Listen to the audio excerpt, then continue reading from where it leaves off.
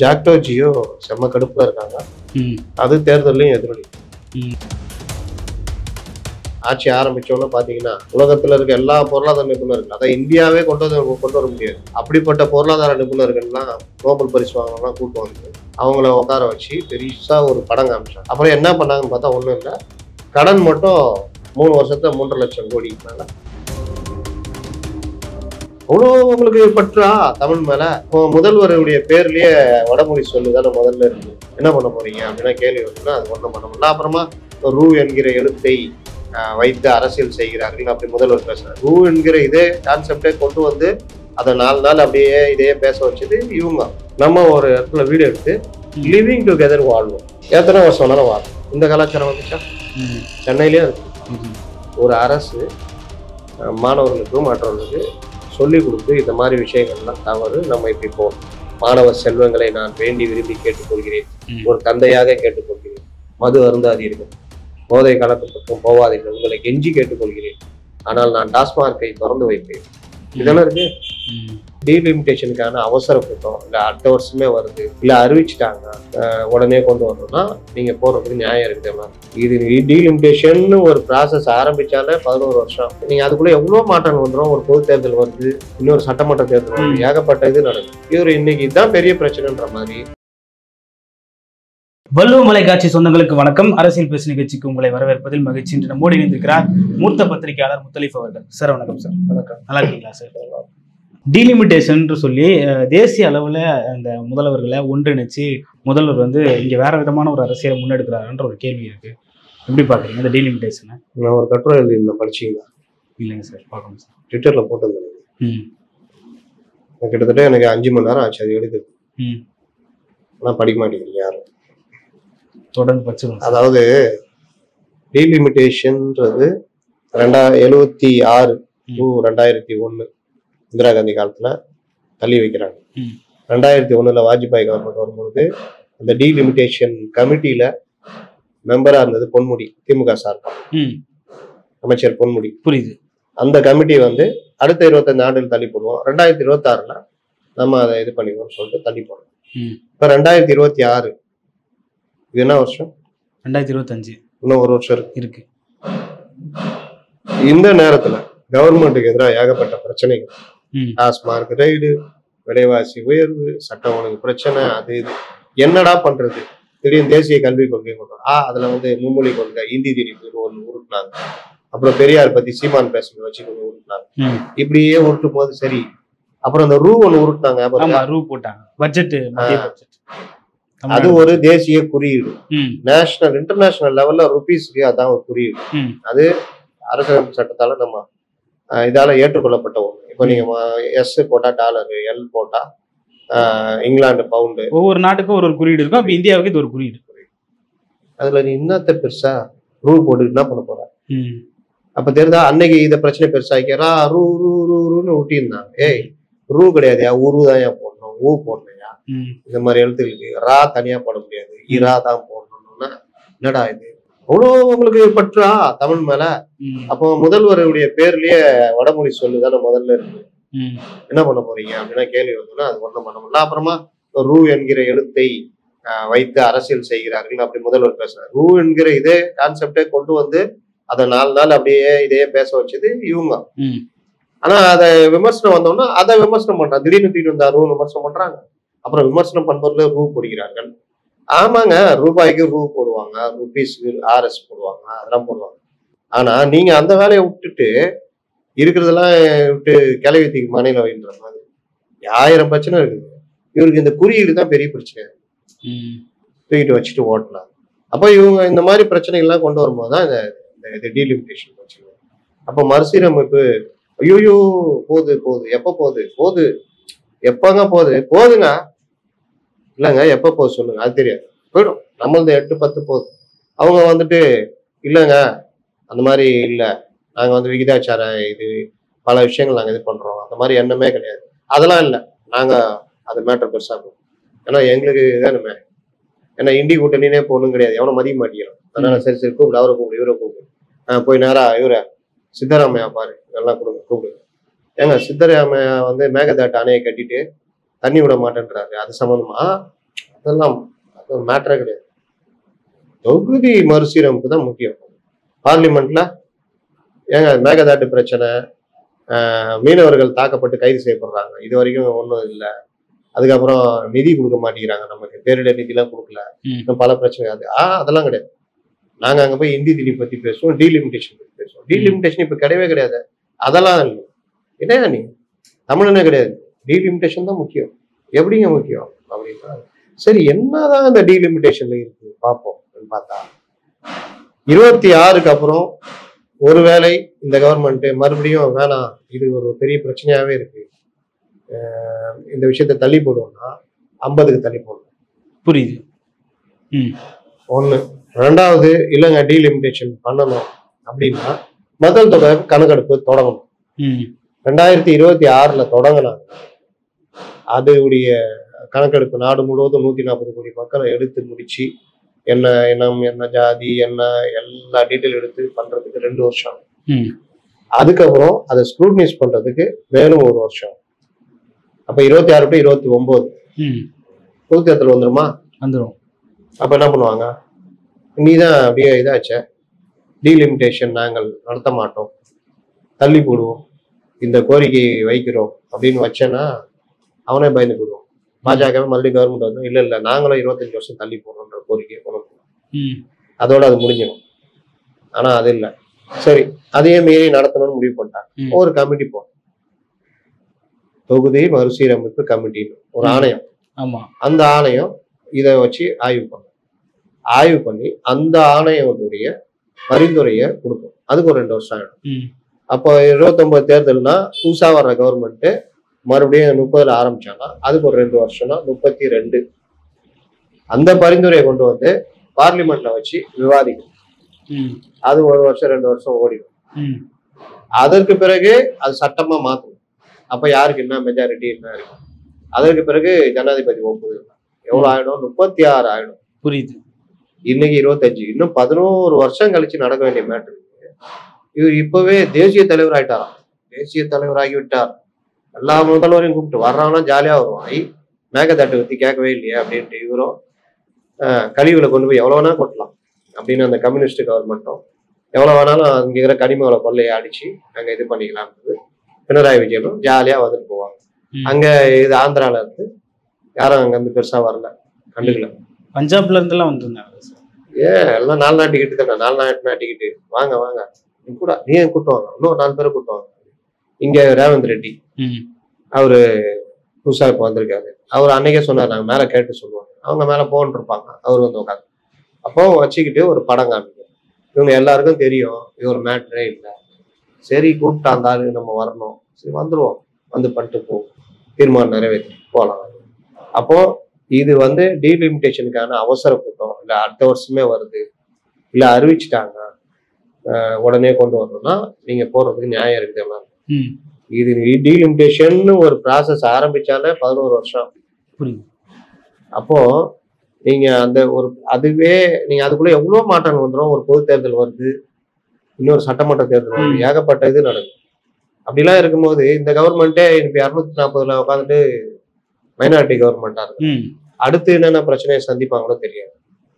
ஆனால் இவர் இன்னைக்கு இதுதான் பெரிய பிரச்சனைன்ற மாதிரி மேகதாட்டு அணை பிரச்சனை கட்டிட்டான், பர்மிஷன் வாங்கிட்டான், கட்டட்டும், பர்மிஷன் வேணா பார்க்கலாம் இப்படியே சொல்லி பர்மிஷனும் கொடுத்து ஏதோ ஒன்று ஆச்சுன்னா அப்போ என்ன அவன் கேட்டா அங்க நம்ம மக்கள் இருக்காங்க பாதிக்கப்படுவாங்க.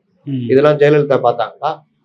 அவங்க வந்து இதே மாதிரி பிரச்சனை வந்து காவிரி மன்றம் அமைக்கிறதுக்கு எல்லாத்துக்கும் சுப்ரீம் கோர்ட்ல போய் ஆடுறோம். இவங்க இன்னைய வரைக்கும் அதுக்கான முயற்சி தான் இருக்கு.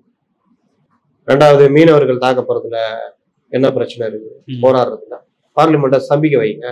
அவன் இந்திய மீனவர் தானே, தமிழக மீனவர்ன்ற, குஜராத்தி மீனவர் மட்டும் இந்திய மீனவர்ன்ற.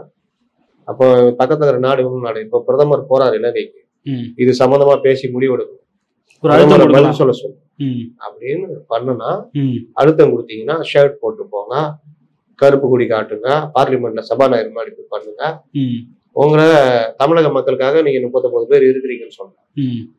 எதுவுமே இல்லையே. அப்ப இவங்க திட்டமிட்டு திசை திருப்பல் மடைமாற்றுகிற அரசியலை தான் பண்ணிட்டு இருக்காங்க.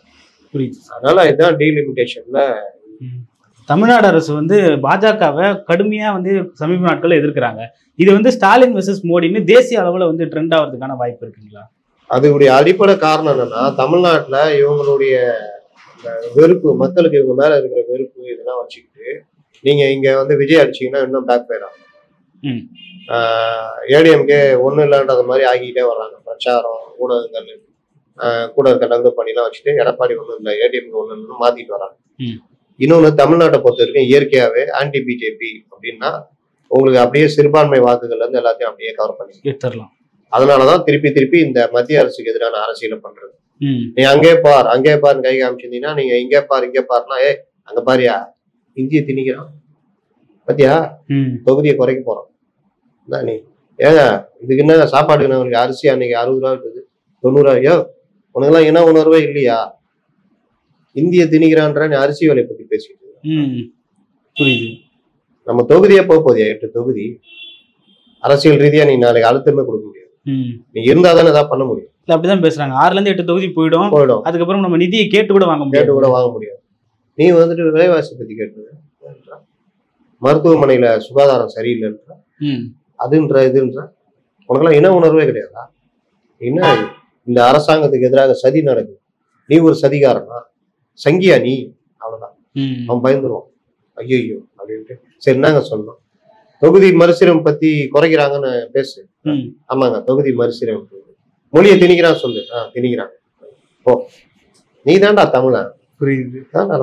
தமிழ்நாடு முழுக்க ஜாக்டோ ஜியோ அமைப்பு வந்து போராட்டம் நடத்திட்டு இருக்காங்க. நீங்கள் எங்களை ஏமாற்றினால் நாங்கள் உங்களை 26ல் ஏமாத்துவோம்ன்ற முழக்கம் அங்க இருந்தது. ஜாக்டோ ஜியோ அமைப்புக்கு ஒரு 10 அம்ச கோரிக்கை வச்சிருக்காங்க. எதுக்காக இந்த போராட்டம்ன்றது ஒரு கேள்விக்குறியா இருக்கு. ஜாக்டோ ஜியோ அமைப்பு பெரிய கோரிக்கை அவங்களுக்கு வந்து பழைய ஓய்வூதிய திட்டம். அது இப்ப இல்லை, அவங்க ஏடிஎம்கே பீரியட்லயே போராடிட்டு இருக்கிறாங்க. அந்த போராட்டத்துக்கு ஆதரவா இப்போதைய முதல்வர் அப்போதைய எதிர்கட்சி தலைவரை போய் பேசி அந்த காணொலியெல்லாம் கூட சமூக வலைதளங்கள் வருது. இன்னும் சில நாட்களிலே நமது ஆட்சி அமையும், அதுல வந்து உங்களுடைய தேர்தல் அறிக்கையிலேயே இவங்க சொல்லியிருந்தாங்க. இப்ப வந்துட்டு திடீர்னு கமிட்டி போடுறோம் அப்படின்ற மாதிரி சொல்றாங்க. அததான் அண்ணாமலை யாரும் கேள்வி கேட்டிருக்காங்க, கமிட்டி போடுறேன்றீங்களே, அப்பவே கமிட்டி போடுறேன்னு அறிக்கையில சொல்ல வேண்டியது.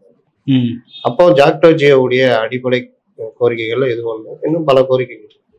அதே மாதிரி சரண் விடுப்பு வந்து இவங்க சொல்றது, சரண் விடுப்பு நாங்க ஈட்டிக்கலாம், அது வந்து நாங்க அடுத்த வருஷம் ஏப்ரல்ல பண்ணாங்க. 2021-20 காலகட்டங்கள்ல கொரோனா ரொம்ப பீக்ல இருந்தப்போ எல்லாமே ஒர்க் ஃப்ரம் ஹோம், யாருமே பணிகள் எதுவுமே நடக்கல. அந்த டைம்ல பணிகள் இல்ல, அரசு ஊழியர்களுக்கு இது இல்லைன்றப்போ சரண் விடுப்பு இந்த மாதிரி விஷயங்கள் இன்னும் வருவாயெல்லாம் குறைவுனால சரண் விடுப்பை அதிமுக ரத்து பண்ணிச்சு.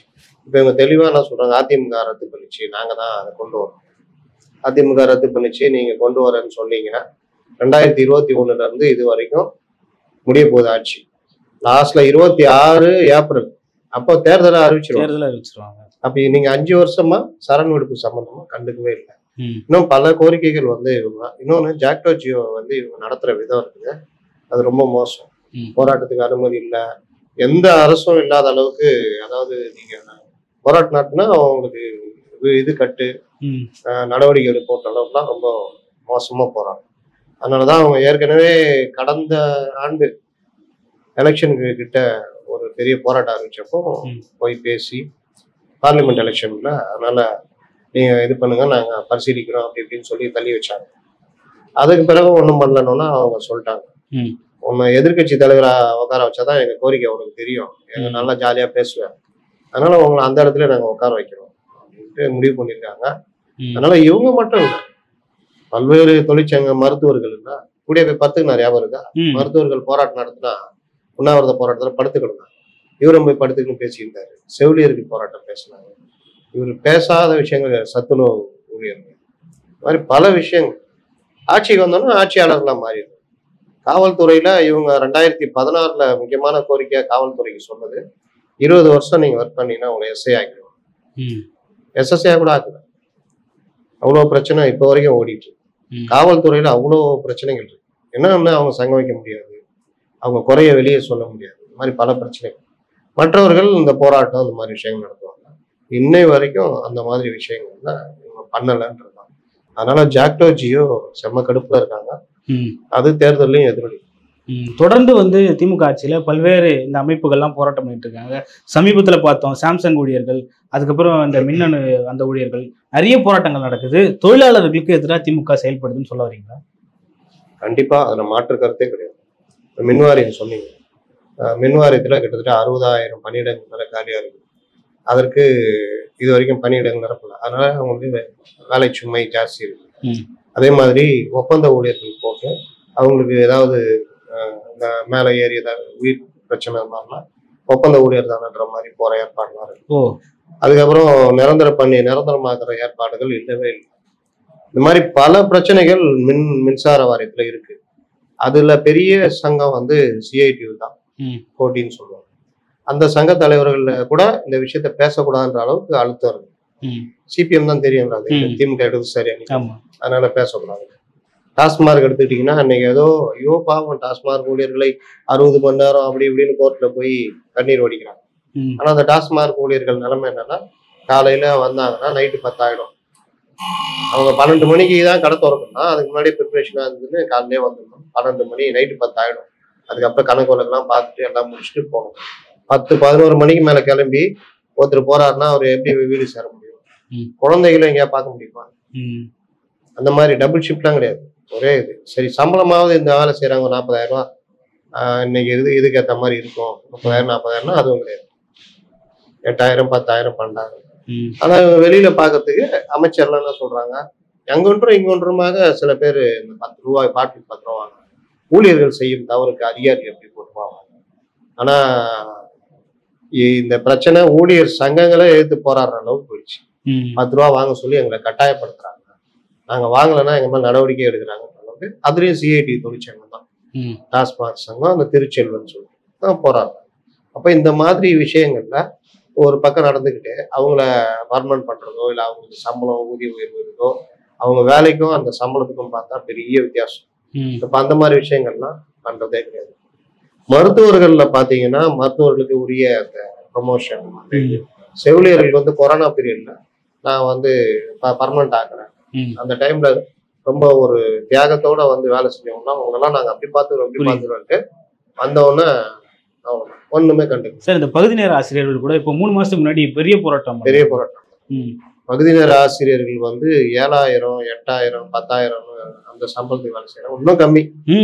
அதுல பாதி நாள் வந்து அவங்க இஷ்டப்பட்டு கூப்பிட்டா உண்டு. மீதி நாள்லாம் அவங்க வயல் வேலைக்கு கூலி வேலைக்கு இப்படி போறாங்க. அவங்க என்ன சொல்றாங்க, நாங்க இந்த கிராமத்துல பசங்களுக்கு நாங்க பாடம் எடுக்கிறோம் வாத்தியாரா. பாதி நாள் மீதி நாள் கூலி வேலைக்கும் லோடு வேலைக்கும் போனா அந்த பசங்க எங்களை எப்படி பார்ப்பாங்க? அவங்க வயல்லயே கூலி வேலைக்கு நாங்க போனோம், அப்ப என்ன எப்படி பார்ப்பாங்க? வாத்தியார்னா மாதா பிதா குரு தெய்வம்ன்ற மாதிரி ஒரு ஸ்தானம். பகுதி நேர ஆசிரியர்களை மதிக்க மாட்டேங்கிறாங்க. ரெண்டாவது வந்துட்டோம், 40 வயசு மேல ஆயிடுச்சு, இதுக்கு மேல வேற ஒரு வேலையை தேடி போக முடியும். அப்போ நாங்க 2 கட்ட நாய் நிக்கிறோம். இந்த கவர்மெண்ட் எங்களுக்கான இதனால நிறைய பேர் வந்து நாங்க பேட்டி எடுக்க போனப்போ எங்களுக்கு கல்யாணம் கூட ஆகல இதனாலன்ற மாதிரி. ஆமா, 12,000 10,000 சம்பாதிக்க யார் பொண்ணு? 40 வயசு 45 வயசு கடந்து கல்யாணம் ஆகாதவங்களாம் இருந்தாங்க. பெண்களுக்கும் அதே நிலைமை. அப்ப இது வந்து இந்த ஆசிரியர்களுக்கான எந்த வித ஏற்பாடும் கிடையாது. ஆனா இன்னொரு பக்கம் பாத்தீங்கன்னா இதுக்கு கல்விக்கு 46,000 கோடி செலவு ஒரு பக்கம். இது ஒரு பக்கம். மற்ற இது இப்போ ரேஷன் பணியாளர்கள், சத்துணவு பணியாளர்கள், அவங்களுக்கான தேவைகளுக்கு பார்த்தீங்கன்னா எதுவுமே மொத்தத்தில் பார்த்தீங்கன்னா இந்த கவர்மெண்ட் மற்ற வரும்போதே குறை என்னென்ன குறை சொல்றாங்க அந்த குறைகள் எல்லாம் இவர்கள் ஆட்சியில் அப்படியே கண்டினியூ. போக்குவரத்து தொழிலாளிகள் ஒருத்தன் வேலை செஞ்சு ஓய்வு பெறும்போது அந்த ஓய்வு பலனை வச்சுக்கிட்டு அந்த பணத்தை வச்சு பொண்ணுக்கு கல்யாணம், இல்லாட்டி ஏதாவது ஒரு பையனுக்கு ஒரு வேலைக்கு பணம் கட்டுறது, இல்லை ஒரு திருமணம் ஏதாவது, இல்லாட்டி ஒரு சுப நிகழ்ச்சி, இல்லாட்டி ஒரு வீடு கட்டுறது, ஏதோ ஒண்ணுக்காக வச்சிருப்பாங்க.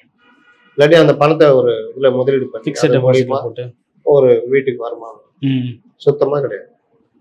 நீங்க பழைய பென்ஷன் திட்டத்தையும் ரத்து பண்ணிட்டீங்க, இதுவும் கிடையாது. செட்டில்மெண்ட் வந்தா செட்டில்மெண்ட்டை வாங்கிக்கிட்டு ஏதாவது இதுல பிக்சட் பண்ணிட்டு டெபாசிட் பண்ணி அந்த சம்பளத்தை தான் வாங்கலாம், அதுக்கும் வழி கிடையாது.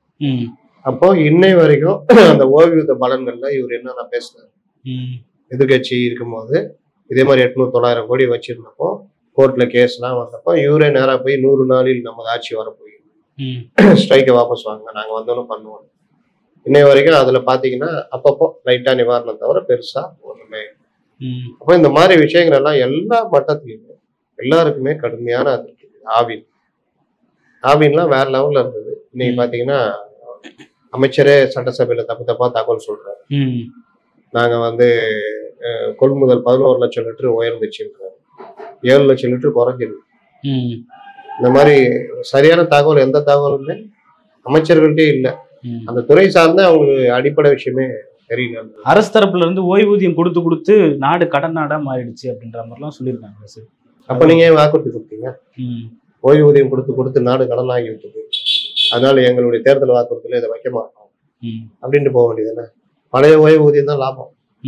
புது ஓய்வூதியத்துல நீங்க மொத்தமா செட்டில் பண்ணணும், அது வந்து அரசுக்கு நஷ்டம். பழைய ஓய்வூதியம்னா நீங்க ஒரு அதுல அந்த தொகையில வச்சு நீங்க ஒரு சிறு இதை வந்து நீங்க பென்ஷன் மாதிரி கொடுக்க போறீங்க. புரியுது. ஆனா வந்து இவங்க அதை ஃபாலோ பண்றதே கிடையாது. அதனால சரி, அப்ப நீங்க உங்க நஷ்டம்லாம் உங்களுக்கு இப்போதான் தெரியுதா? நீங்க தான் பொருளாதார மேதைகள், உலக பொருளாதார அறிஞர்லாம் கூட்டம் வச்சுட்டு இருக்கீங்க. அது ஒண்ணு.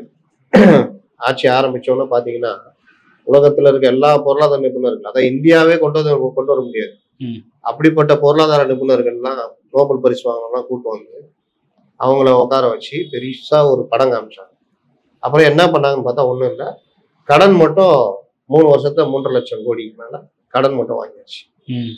எந்த கவர்மெண்ட்டும் பண்ணாத, அதாவது 73 வருஷத்துல 5.5 லட்சம் கோடி எல்லாரும் சேர்ந்து வாங்கின கடன் தொகைன்னா இவங்க அதுல 60% இந்த 4 வருஷத்துல வாங்கியிருக்காங்க அப்படின்றாங்க. கேட்டா நாங்க அப்படி இப்படி, கடன் என்பது அப்படி இல்லை. அது ஜெயரஞ்சன் ஒருத்தர் இருப்பாரு, அவர் உலகத்துக்கே பொருளாதாரம் சொல்லிட்டாரு. அவர் இதுக்கு ட்ரம்ப் கேட்டுட்டு இருக்காப்புல எங்களுக்கு அனுப்பணும். அவர் வந்து நான் வந்து அப்படி இப்படி தனிநபர் வருமானம் என்பது இப்படின்னு இல்லாத கதைலாம் சொல்லிக்கிட்டு அது கடன் வந்து ஒவ்வொருத்தர் தலையிலையும் பெரிய கடன் வந்து புரியுது. அதனால எல்லா வகையிலுமே கிட்டத்தட்ட ஃபெயிலியர் மாதிரி. அதிகாரிகள் கையில ஆட்சி போனாங்க, ஏதாவது இவர்கிட்ட ஆட்சி இருக்கு, இவரு கவனிக்கிறாரு, இவர் கண்காணிக்கிறாரு அப்படின்னு ஒரு பயம் யாருக்காவது இருக்குதான்னு பார்த்தா யாருக்குமே கிடையாது. இப்போ மாநகராட்சி மன்ற கவுன்சிலர் இது பட்ஜெட் கூட்டம் நடக்குது. பொதுவாகவே மாநகராட்சி மன்ற கூட்டங்களை நீங்க ஒவ்வொரு மாசமும் எடுத்து பாருங்க. இந்த போட்டோஸ் அனுப்புவாங்கல்ல, மன்ற கூட்டம் மாசத்துக்கு ஒரு தடவை தான் நடத்துவாங்க. அதாவது இவங்க எல்லாம் கவுன்சிலர்கள் இதுக்காக ஓட்டு போட்டு தேர்ந்தெடுத்தவங்க, வேற வேலை கிடையாது. வந்தா படி எல்லாமே உண்டு. ஆனா மன்ற கூட்டம் மாசத்துக்கு ஒன்று தான் நடக்கும். அந்த மன்றத்து கூட்டத்திலேயே பார்த்தா அட்டண்டன்ஸ் பார்த்தா 200 பேர், அதுல ஒரு 70 பேர் 80 பேர் இப்படிதான் இருப்பாங்க. ஒவ்வொரு தடவையும் இந்த மேயர்லாம் சொல்லி மிரட்டி பார்த்து எதுவுமே நீ என்ன அப்படின்ற மாதிரிதான். இப்போ பட்ஜெட் கூட்டம் நடந்தது ஒரு போன வாரம். பட்ஜெட் தாக்கல் பண்ணி அன்னைக்கே கூட ஃபர்ஸ்ட் வந்து பார்த்தா கூட்டம் கம்மி, அதுக்கப்புறம் வந்து உட்காடுறாங்க. 2வது மறுநாள் பட்ஜெட் தாக்கல் பண்ண மறுநாள் அது மேல விவாதம் நடக்கும்ல, எங்களுக்கு இது வேணும், எங்க வார்டுக்கு இது வேணும். மொத்தம் 83 பேர் தான் இருக்காங்க. 117 பேருக்கு இதோட பெரிய வேலைகள் எங்கேயோ வெளியில இருக்கு. இந்த 83ல கூட அதிமுக இருப்பாங்க, பாஜக இருப்பாங்க, அப்படி இப்படி கலந்து திமுக கவுன்சிலர்கள் பெரும்பாலும் சிபிஎம் கவுன்சிலர் கழிச்சா அதுல திமுகவினர் பெரும்பாலும் கலந்து. இவங்களுக்கு எந்த தைரியம்? ஒரு மாநகராட்சி மன்ற கூட்டம் இதுல ஒரு 80 பேர் தான் கலந்துக்கிறாங்க. அதுல திமுகன்னு பார்த்தா ஒரு 70-65 பேர் இருப்பாங்க.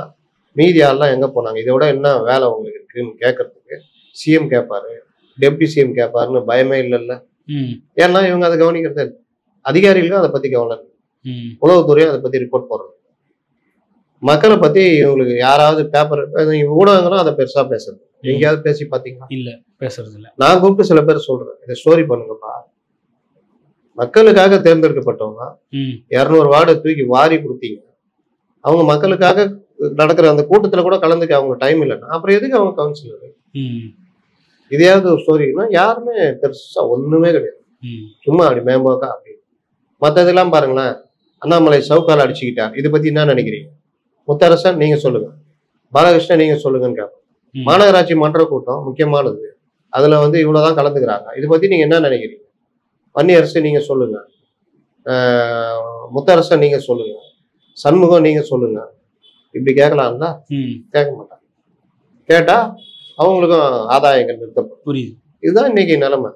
அதனால எல்லாரும் சேர்ந்து மக்களை வந்து என்னமோ நினைச்சிட்டு இருக்கிறாங்க. இன்னொன்னு பாருங்க, சமீப காலமா நான் பாக்குறேன். உத்தரப்பிரதேசம் மாதிரி ம். நீங்க வரி கொடுக்கலன்னா இந்த நகராட்சிகள் இதெல்லாம் வீட்டு முன்னாடி வந்து இடிச்சு தள்ளிடுறது. ம். நீங்க வெளியில போனாதானே அந்த இடிச்சு இடிச்சு தள்ளுறேன், இப்போ வா வழிக்கு வா அப்படின்னு சொல்லி. இல்லாட்டி குப்பையை அள்ளி கொண்டு வந்து வீட்டு முன்னாடி கட்டும். நேற்று ஒரு உணவு விடுதி வரி கட்டல, அவன் அந்த டேட் இருக்குதுங்க முடிஞ்சுதான் நான் கட்டுவோம் அப்படின்னு கொண்டு வந்து குப்பையை கழிவுகளை கொண்டு வந்து ம். அப்ப நீ எப்படி வியாபாரம் பண்ணுவேன் பார்த்தேன். அவனா வந்து வருவானா? ம். ஒரு வீட்டுல போய் கடப்பாரோட நிக்கிறாங்க. இதான் உங்களுக்கு வேலை. ம். அவங்க என்னங்க இந்த மாதிரின்னா கடப்பாரை வச்சு தண்ணி பைப்லாம் உடச்சி விட்டுறாங்க. நாங்க கட்டுறோங்க அப்படின்னு அவங்க இது பண்ண வீடியோ எல்லாம் எடுத்தவங்க அப்புறம் திரும்பி போறாங்க கடலூர் நினைக்கிறேன். ம். இன்னொரு ஊர்லயும் இதே மாதிரி ஒரு இதுல பாத்தீங்கன்னா குப்பை கழிவை கொண்டு வந்து கொட்டி விட்டு போயிட்டாங்க வீட்டு முன்னாடி. இன்னொரு இடத்துல வீட்டையே அந்த வழியே இடிச்சு தள்ளிட்டாங்க. அப்ப அந்த மக்கள்லாம் எப்படி உங்களுக்கு ஓட்டு போடுவாங்க? புரியுது சார். அப்ப யார் இதை பண்றா?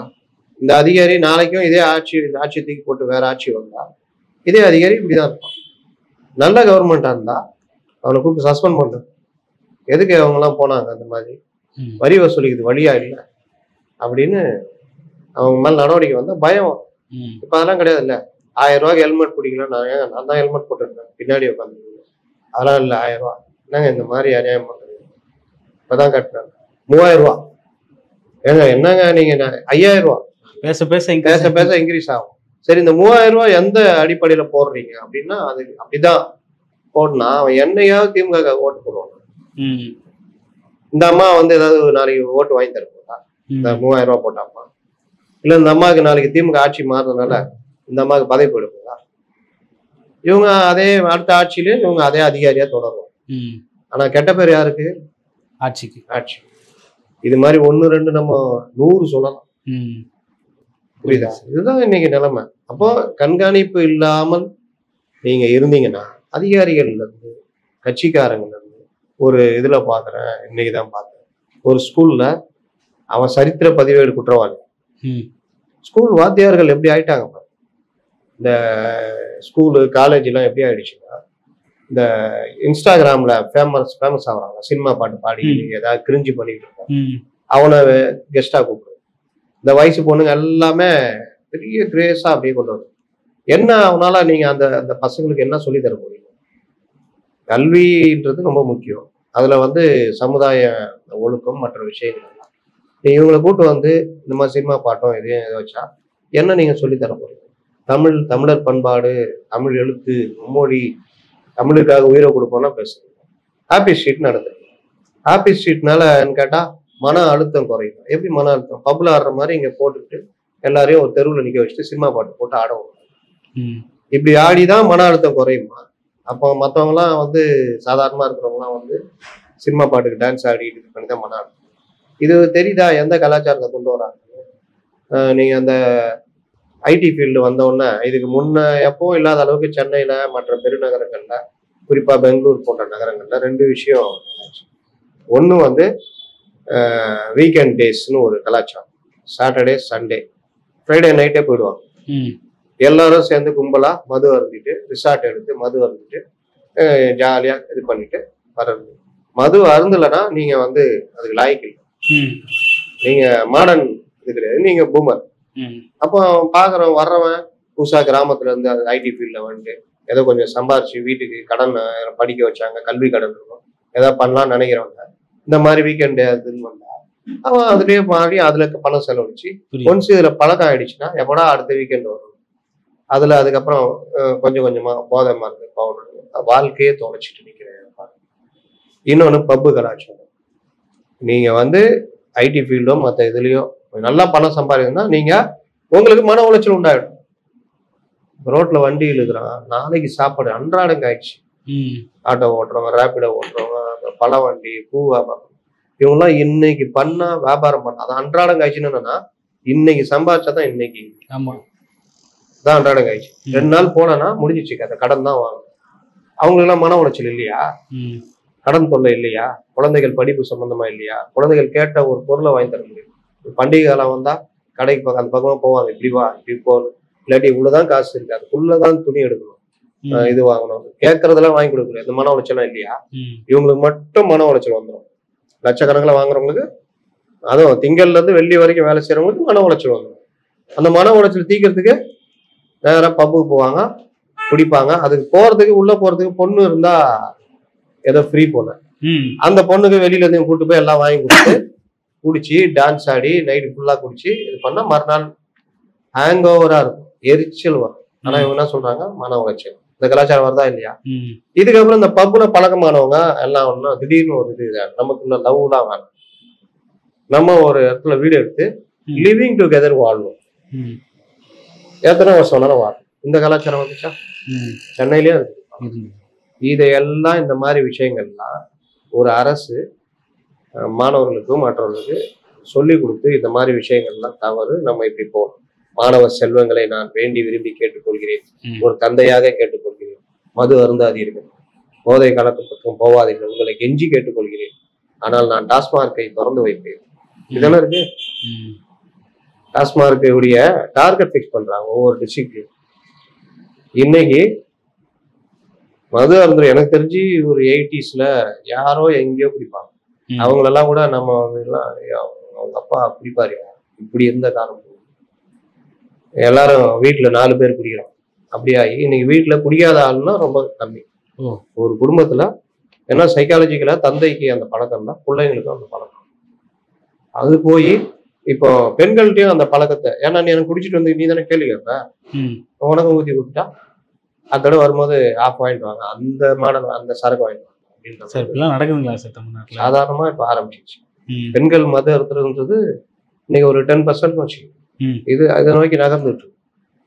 ஆண்கள் 90% போயிட்டாங்க. 100 பேர்னா அந்த 90 பேர் என்ன மச்சான் டீ டோட்டலரா பூமரா நீ என்ன அப்படி இருக்கிற. அவன் 50 வயசு வரைக்கும் நல்லா இருப்பான் ஆக்டிவா. இது 35 வயசுல தொங்கி போயிடும், 40 வயசுல சுத்தமா இயலாமையா போய் வேலைக்கு போக முடியாது, எந்திரிச்சு போக முடியாது, ஆள் ஷேப்பே மாறி பார்த்தாலே தெரியும். எனக்கு தெரிஞ்சு ரொம்ப பேர், ரொம்ப இளைஞர்கள் திடீர்னு ஒரு 4-3 வருஷம் கழிச்சு பாக்குறேன் அப்படியே நோய் வந்த மாதிரி. என்னமே அப்படி இருக்கலாம், இல்ல இல்ல அப்படி என்ன என்னையா நல்லா எனக்கு நமக்கு உள்ளுக்குள்ள தெரியுது. ஓவரா சரக்கு ஆள் இப்படி ஆயிட்டாங்க. அவங்க கேட்டா நான் அப்படி பண்ணேன், வெயிட் லாஸ் பண்ணேன், அது பண்ணேன். இப்ப அது ஒரு கலாச்சாரம், நல்லா தின்றது, மிட் நைட்டு கலாச்சாரம் எல்லாம் போயிட்டு அப்புறமா வெயிட் ஒபிசிட்டி ஆனோட வெயிட் லாஸ் அப்படின்னு போய் ஜிம்ல போய் அவன் ஒரு பவுடர் இருப்பான். ஏன்னா இங்க இருக்கிற கேழ்வரகு, சோயாபீன்ஸு, மூக்கடலை, பொட்டுக்கடலாம் சத்து இல்லை. அவன் கொடுக்குற பவுடர்ல தான் சத்து இருக்கும். அதை ஒரு 2000 ரூபா கொடுத்து வாங்க. மொத்தமா ஒரு வருஷத்துக்கு ஃபீஸை கட்டிடுவோம் ஜிம்முக்கு. அங்க போயிட்டு இப்படி இப்படின்னுவோம். திடீர்னு வேகமா செஞ்சு அதுல ஒரு அட்டாக் வரும். தான் இன்னைக்கு நம்ம கலாச்சாரமா புரியுது.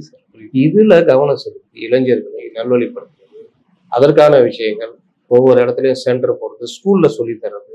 ஸ்கூல் லைஃப் வரும் பொழுது எது வாழ்க்கை, என்ன படிக்கிறது தான் வாழ்க்கை, மற்ற விஷயங்கள் இருக்கலாம், அது ஒரு பார்ட். ஆனா இதுவே வாழ்க்கைன்னு கிடையாது. சினிமா நடிகர் அவன் ப்ரொஃபஷன், அவன் அப்படி நடிப்பான். சினிமால அப்படி காமிக்கிறான். 46 அரியர்ஸ் வச்சிருக்கிறவன் ஒழுங்கா படிச்சுட்டு இருப்பான்.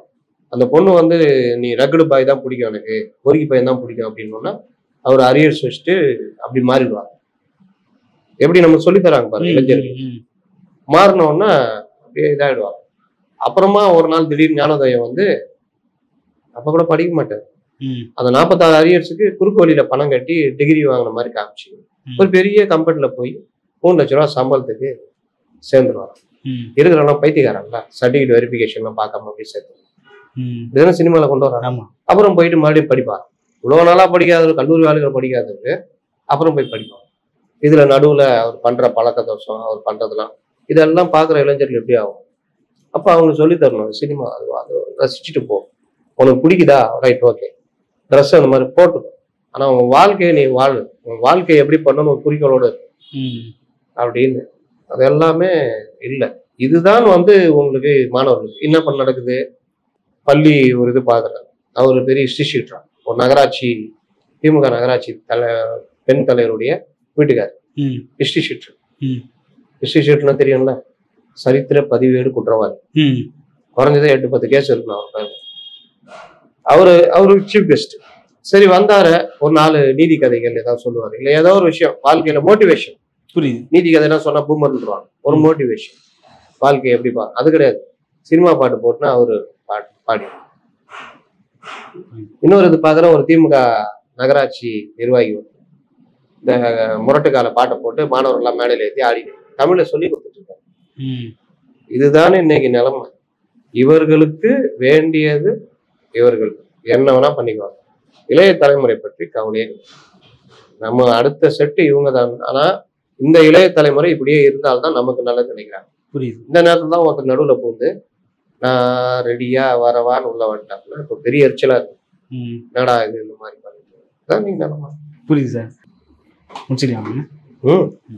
நடப்பு கால அரசியல் குறித்து விவாதித்ததுக்கு நன்றி. மற்றும் ஒரு காலம் சந்திப்போம். நன்றி. திட்டியே போட்டு விட்டாங்க இவருக்கு.